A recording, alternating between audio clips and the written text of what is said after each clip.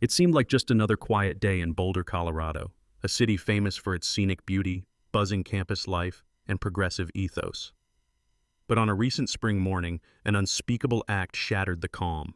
Flames and screams erupted near a peaceful demonstration supporting hostages in Gaza, turning a corner of this tranquil city into a chaotic scene of violence. What motivated an immigrant to spend over a year plotting a firebomb attack? How did online algorithms play a silent but crucial role? And perhaps most chillingly, is this tragedy just a taste of a wider storm sweeping across the Western world? Stay with me, because today we're diving into a story where global politics, technology, and centuries-old prejudice collide, and the consequences could redefine safety and freedom for millions. First, let's pull back the lens and get our bearings. Antisemitism is not new. It's a dark thread woven through human history. In the Middle Ages, Jews were forced to the fringes of society by laws that barred them from owning land, holding certain jobs, or even living in some towns.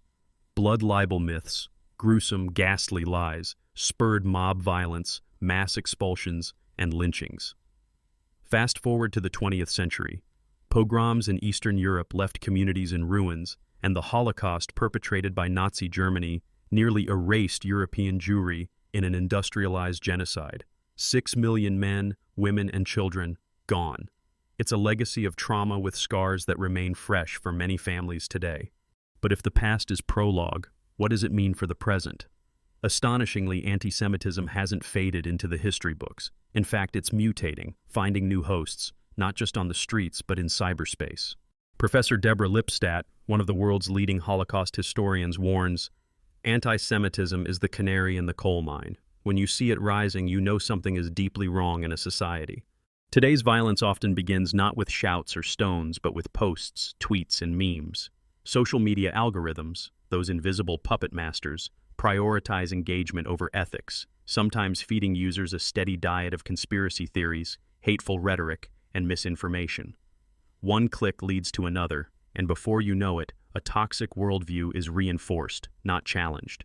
It all happens with alarming speed and terrifying reach.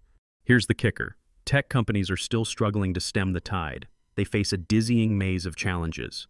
How do you define hate speech when cultures disagree? When does free speech turn into incitement?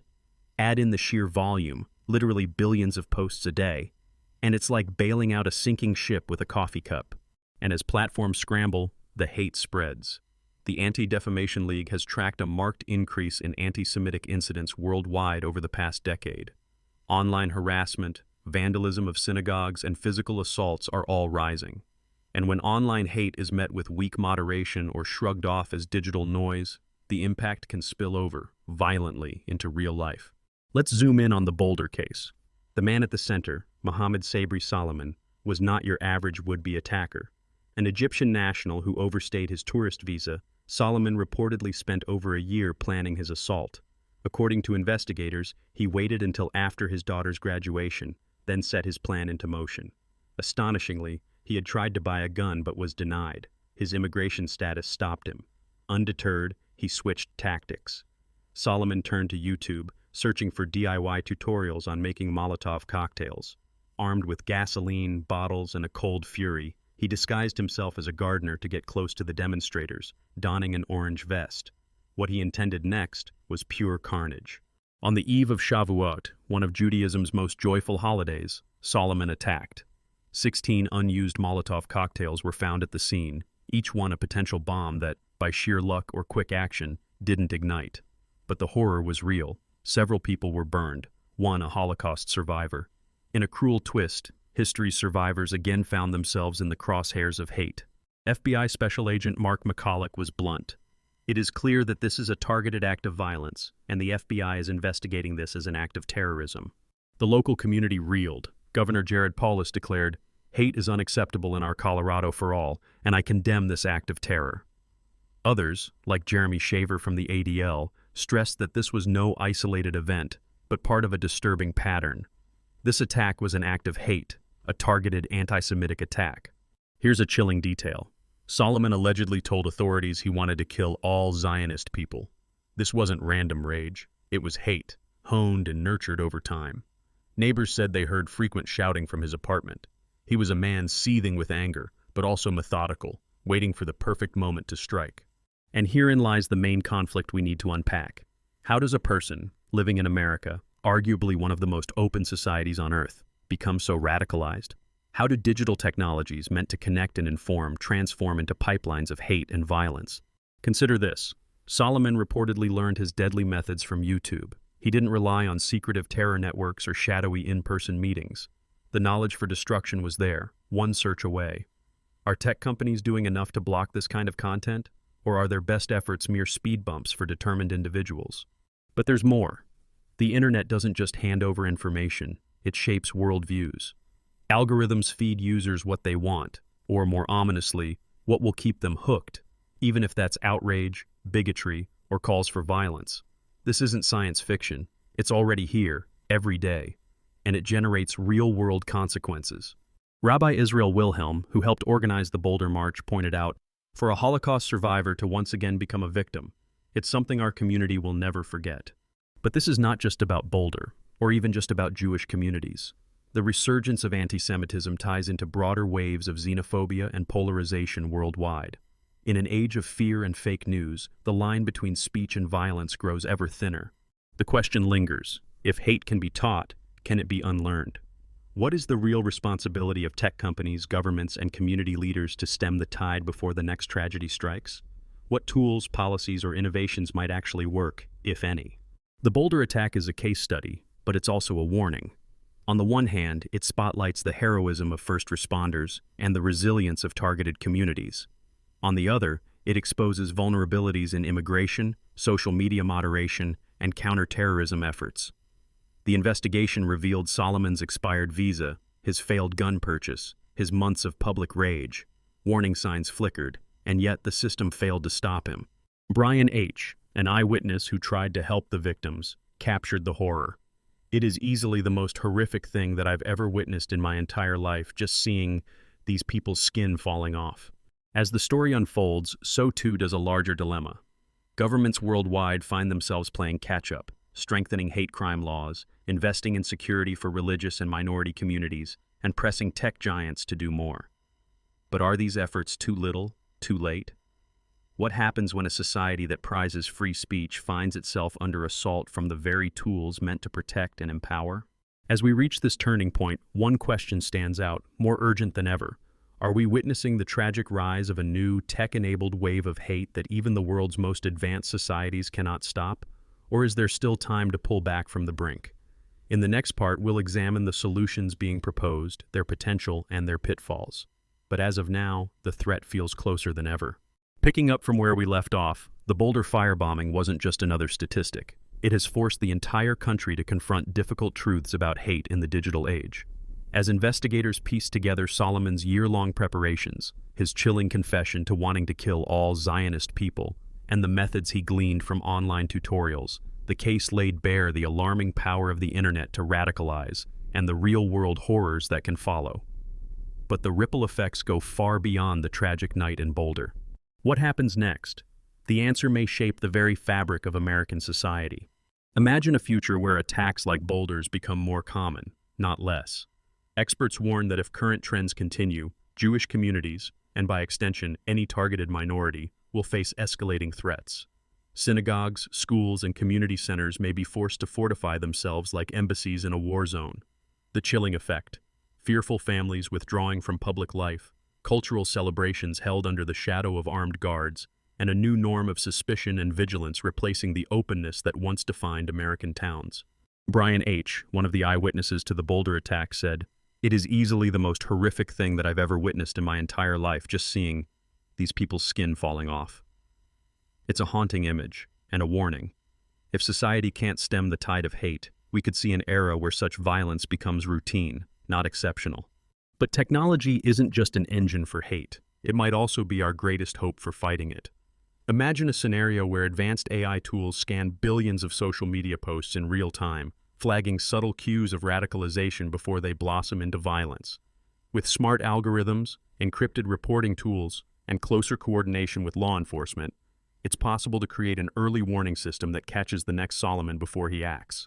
Still, there's a risk. Tech companies have to walk a razor-thin line between censorship and safety.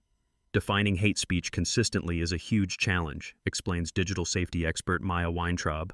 If you go too far, you undermine free speech and erode trust. Do too little, and you endanger real lives. In another possible future, the government takes a heavier hand, stricter hate crime laws, more robust background checks, even limits on visa holders' access to certain materials or venues. But this could spark fierce debates about civil rights and xenophobia. The Boulder attack has already intensified discussions around immigration status and vetting. After all, Solomon's tourist visa expired months before the violence, and he was denied a firearm precisely because of his immigration status. Would stricter controls have prevented the attack, or simply driven the threat deeper underground? A more optimistic path looks beyond policing and punishment. It asks, can empathy be engineered? Authorities and local communities are experimenting with educational initiatives, bringing Jewish history into school curriculums, launching cultural exchange programs, and fostering interfaith dialogues. The goal, to replace ignorance with understanding, so that conspiracy theories have no fertile ground to grow. Rabbi Israel Wilhelm told survivors that one victim was a Holocaust survivor. The symbolism is stark. History, it seems, is looping back on itself. But it also holds a lesson. The only real antidote to dehumanization is making sure that history is not forgotten, and that new generations understand its cost. So what does all this mean for you right now? First, don't underestimate your own role in this fight.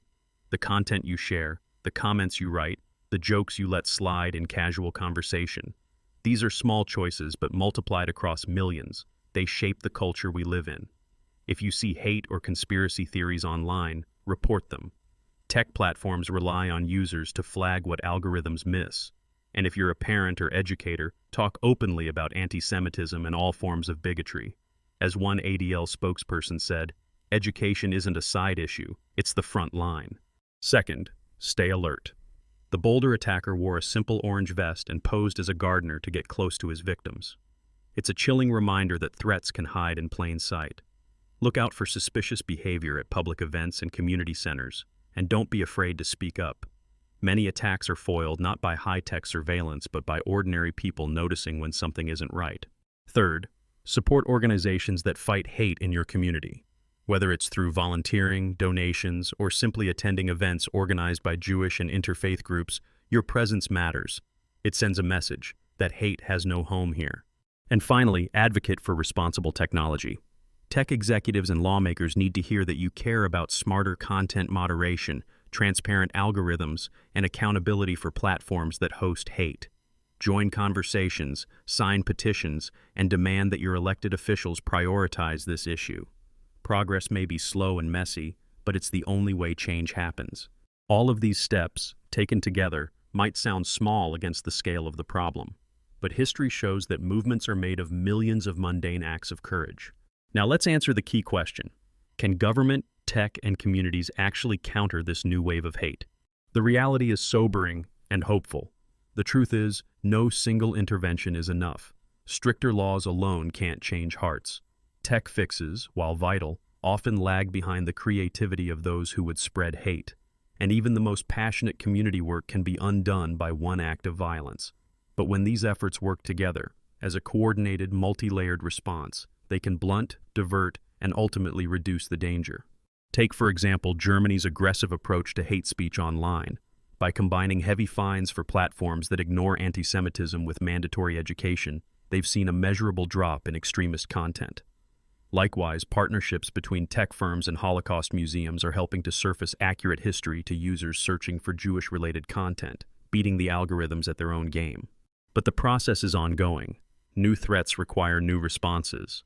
Solomon reportedly learned to build Molotov cocktails from YouTube, a platform that also hosts thousands of hours of Holocaust testimony and anti-hate resources. This is the paradox we now live with. Technology is both the accelerant and, potentially, the extinguisher.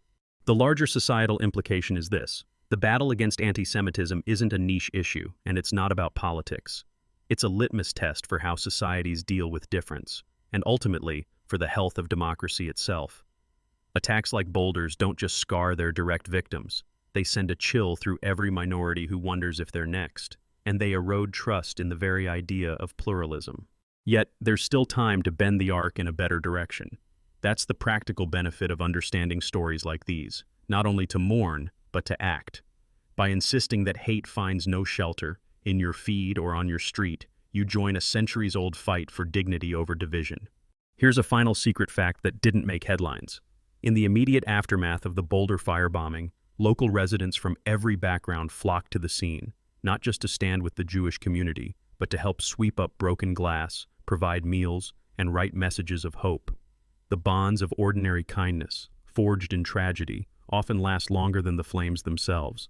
So, what's your next step? Will you scroll away or will you speak up, online, in your school, on your street? Because in the end, the answer to whether we can beat this wave of hate depends not on algorithms or laws, but on ordinary people choosing every day to confront darkness with light. If you found this story thought-provoking, don't forget to like this video, subscribe for more deep dives into today's most urgent issues, and share your